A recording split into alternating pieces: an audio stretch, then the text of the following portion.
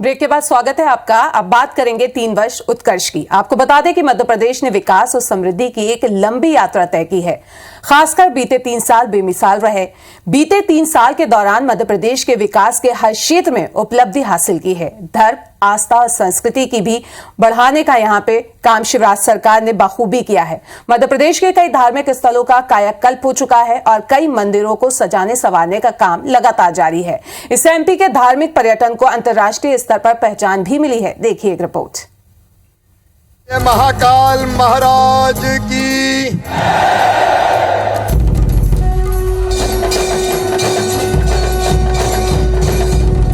मध्य प्रदेश की शिवराज सरकार ने बीते 3 साल में जो काम किए हैं वो युगों युगों तक याद किए जाएंगे। भगवान श्री कृष्ण की शिक्षा स्थली, प्राचीन काल गणना, ज्योतिष, संस्कृति का केंद्र, महाकवि कालिदास और सम्राट विक्रमादित्य की गौरवशाली नगरी का प्राचीन वैभव अब नए स्वरूप श्री महाकाल लोक में अवतरित हुआ है।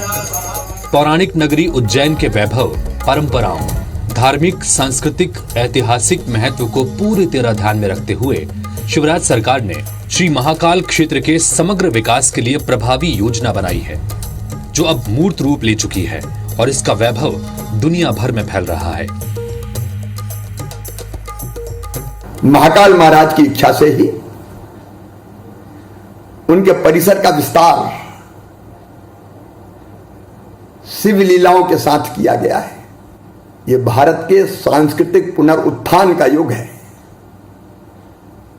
पहले केदारनाथ, फिर काशी विश्वनाथ और अब महाकाल बाबा। श्री महाकाल लोक के बाद शिवराज सरकार अब मध्य प्रदेश के प्रमुख मंदिरों का कायाकल्प करने जा रही है। इन मंदिरों को 3000 करोड़ की लागत से सजाया और संवारा जाएगा। श्रद्धालुओं को धार्मिक स्थलों तक पहुंच सुगम और कुशल तरीके से उपलब्ध कराने के लिए पर्यटन विभाग ने धार्मिक और आध्यात्मिक पर्यटन के तहत प्राचीन नगरी उज्जैन, चित्रकूट, अमरकंटक, मैहर, महेश्वर, मंदसौर, ओमकारेश्वर, खजुराहो, ग्वालियर और ओरछा आदि में सुलभ और आरामदायक पर्यटन की सुविधाओं का विकास किया है। अब पर्यटक इन स्थलों पर धार्मिक और आध्यात्मिक अनुभूति के साथ साथ आसपास के स्थलों पर मनोरंजक और रोमांचक गतिविधियों का आनंद ले सकेंगे। इसके साथ ही खंडवा के ओमकारेश्वर मंदिर का विस्तार किया जा रहा है। सीहोर की सलकनपुर माता मंदिर, दतिया के पीताम्बरा मंदिर, मुरैना के शनिश्चरा मंदिर और सतना के मैहर माता मंदिर के भी कायाकल्प की योजना है। एमपी में हर धर्म के लोगों को अपने तरीके से रहने और पूजा पद्धतियों के आचरण का पूरा ख्याल रखा जा रहा है। धर्म के नाम पर समाज को बांटने वालों के खिलाफ सरकार ने कड़े कदम उठाए हैं। इसके लिए धार्मिक स्वतंत्रता कानून के तहत झूठ बोलकर, झांसा या धमकी देकर धर्मांतरण को अपराध करार दिया गया है। स्वेच्छा से धर्म परिवर्तन करने वालों को जिला कलेक्टरों की पूर्व मंजूरी लेना अनिवार्य है। इसका उल्लंघन करने वाले किसी भी व्यक्ति के खिलाफ कठोर कार्रवाई के नियम है। धर्मांतरण का कुचक्र लव जिहाद जैसी चीज की तो तबाह हो जाओगे, बर्बाद हो जाओगे। ये नहीं चलने देंगे। मध्य प्रदेश के बजट में भी धर्म की गंगा बहाने में शिवराज सरकार ने कोई कसर नहीं छोड़ी। शिवराज सरकार ने बजट में ओरछा के राम राजा के विकास को भी शामिल किया है। इसे राम राजा लोक के नाम से विकसित किया जाएगा। सरकार ने नर्मदा परिक्रमा के लिए नर्मदा पथ का निर्माण करने की योजना भी बजट में पारित की है। हर साल नर्मदा परिक्रमा के लिए मध्य प्रदेश के लाखों लोग पहुंचते हैं। अभी दक्षिण मुखी ज्योतिर्लिंग महाकालेश्वर के विकास का दूसरा चरण चल रहा है, जबकि सरकार ने ओमकारेश्वर ज्योतिर्लिंग के लिए भी बजट में करोड़ों रुपए की राशि स्वीकृत की है। ओमकारेश्वर में एकात्म धाम की स्थापना की जाएगी। इसके साथ ही सरकार वैदिक पीठ की स्थापना के लिए 350 करोड़ का प्रावधान बजट में ला चुकी है।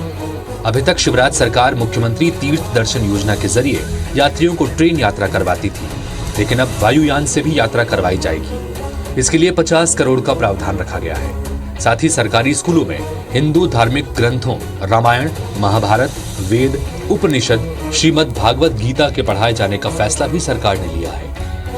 गीता का सार पढ़ाएंगे, रामायण जी पढ़ाएंगे, महाभारत के प्रसंग पढ़ाएंगे। क्यों नहीं पढ़ाना चाहिए? क्यों नहीं पढ़ाना चाहिए भगवान राम को? अब तुलसीदास जी ने इतना महान ग्रंथ लिखा है, परहित सरिस धर्म नहीं भाई, पर पीड़ा सम नहीं अधमाई, ऐसा ग्रंथ कहीं मिलेगा?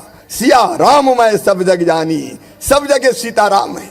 एक तरफ सरकार धर्म के प्रचार प्रसार में लगी है, धार्मिक स्थलों का विकास किया जा रहा है, तो दूसरी तरफ धार्मिक महत्व के शहरों का पुराने नाम वापस रखकर उनके वैभव को लौटाया जा रहा है। नर्मदा के महत्व को समझते हुए होशंगाबाद को नर्मदापुरम के नाम से पहचान मिली है। इसी तरह टीकमगढ़ में स्थित शिवपुरी गांव को अब कुंडेश्वर धाम के नाम से जाना जाता है। भोपाल के पास इस्लाम नगर का नाम बदलकर जगदीशपुर किया गया है। जहां धर्मात्मा का राज होता है, वहां परमात्मा का वास होता है। मध्य प्रदेश में बीते 3 साल में शिवराज सरकार के कार्यकाल को देखकर भी यही लगता है।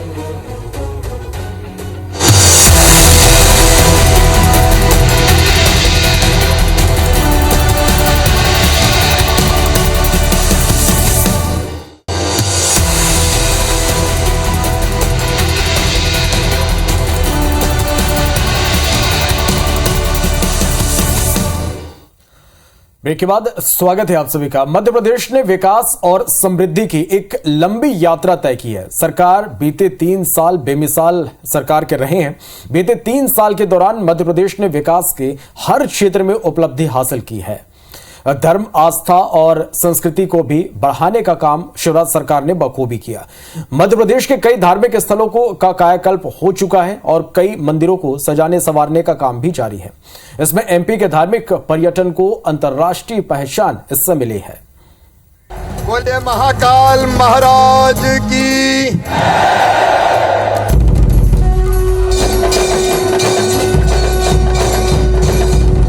मध्य प्रदेश की शिवराज सरकार ने बीते 3 साल में जो काम किए हैं वो युगों युगों तक याद किए जाएंगे।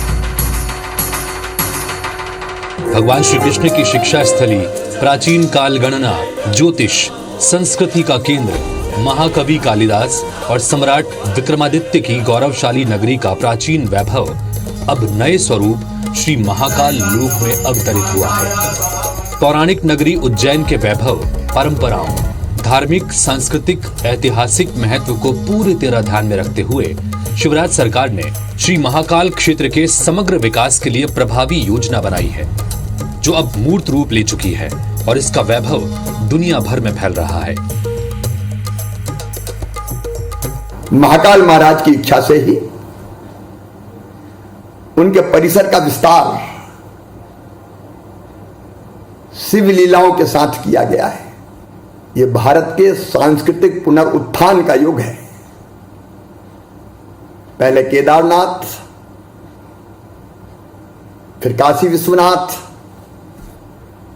और अब महाकाल बाबा। श्री महाकाल लोक के बाद शिवराज सरकार अब मध्य प्रदेश के प्रमुख मंदिरों का कायाकल्प करने जा रही है। इन मंदिरों को 3000 करोड़ की लागत से सजाया और संवारा जाएगा। श्रद्धालुओं को धार्मिक स्थलों तक पहुंच सुगम और कुशल तरीके से उपलब्ध कराने के लिए पर्यटन विभाग ने धार्मिक और आध्यात्मिक पर्यटन के तहत प्राचीन नगरी उज्जैन, चित्रकूट, अमरकंटक, मैहर, महेश्वर, मंदसौर, ओमकारेश्वर, खजुराहो, ग्वालियर और ओरछा आदि में सुलभ और आरामदायक पर्यटन की सुविधाओं का विकास किया है। अब पर्यटक इन स्थलों पर धार्मिक और आध्यात्मिक अनुभूति के साथ साथ आसपास के स्थलों पर मनोरंजक और रोमांचक गतिविधियों का आनंद ले सकेंगे। इसके साथ ही खंडवा के ओमकारेश्वर मंदिर का विस्तार किया जा रहा है। सीहोर की सलकनपुर माता मंदिर, दतिया के पीताम्बरा मंदिर, मुरैना के शनिश्चरा मंदिर और सतना के मैहर माता मंदिर के भी कायाकल्प की योजना है। एमपी में हर धर्म के लोगों को अपने तरीके से रहने और पूजा पद्धतियों के आचरण का पूरा ख्याल रखा जा रहा है। धर्म के नाम पर समाज को बांटने वालों के खिलाफ सरकार ने कड़े कदम उठाए हैं। इसके लिए धार्मिक स्वतंत्रता कानून के तहत झूठ बोलकर, झांसा या धमकी देकर धर्मांतरण को अपराध करार दिया गया है। स्वेच्छा से धर्म परिवर्तन करने वालों को जिला कलेक्टरों की पूर्व मंजूरी लेना अनिवार्य है। इसका उल्लंघन करने वाले किसी भी व्यक्ति के खिलाफ कठोर कार्रवाई के नियम है। फरमान तिरंगा कुचक लफ्ज़ जिहाद जैसी चीज की तो तबाह हो जाओगे, बर्बाद हो जाओगे। ये नहीं चलेगा कि मध्य प्रदेश के बजट में भी धर्म की गंगा बहाने में शिवराज सरकार ने कोई कसर नहीं छोड़ी। शिवराज सरकार ने बजट में ओरछा के राम राजा के विकास को भी शामिल किया है। इसे राम राजा लोक के नाम से विकसित किया जाएगा। सरकार ने नर्मदा परिक्रमा के लिए नर्मदा पथ का निर्माण करने की योजना भी बजट में पारित की है। हर साल नर्मदा परिक्रमा के लिए मध्य प्रदेश के लाखों लोग पहुंचते हैं। अभी दक्षिण मुखी ज्योतिर्लिंग महाकालेश्वर के विकास का दूसरा चरण चल रहा है, जबकि सरकार ने ओमकारेश्वर ज्योतिर्लिंग के लिए भी बजट में करोड़ों रुपए की राशि स्वीकृत की है। ओमकारेश्वर में एकात्म धाम की स्थापना की जाएगी। इसके साथ ही सरकार वैदिक पीठ की स्थापना के लिए 350 करोड़ का प्रावधान बजट में ला चुकी है। अभी तक शिवराज सरकार मुख्यमंत्री तीर्थ दर्शन योजना के जरिए यात्रियों को ट्रेन यात्रा करवाती थी, लेकिन अब वायुयान से भी यात्रा करवाई जाएगी। इसके लिए 50 करोड़ का प्रावधान रखा गया है। साथ ही सरकारी स्कूलों में हिंदू धार्मिक ग्रंथों रामायण, महाभारत, वेद, उपनिषद, श्रीमद् भागवत गीता के पढ़ाए जाने का फैसला भी सरकार ने लिया है। गीता का सार पढ़ाएंगे, रामायण जी पढ़ाएंगे, महाभारत के प्रसंग पढ़ाएंगे। क्यों नहीं पढ़ाना चाहिए? क्यों नहीं पढ़ाना चाहिए भगवान राम को? अब तुलसीदास जी ने इतना महान ग्रंथ लिखा है, परहित सरिस धर्म नहीं भाई, पर पीड़ा सम नहीं अधमाई। ऐसा ग्रंथ कहीं मिलेगा? सिया राम मैं सब जग जानी, सब जगह सीताराम है।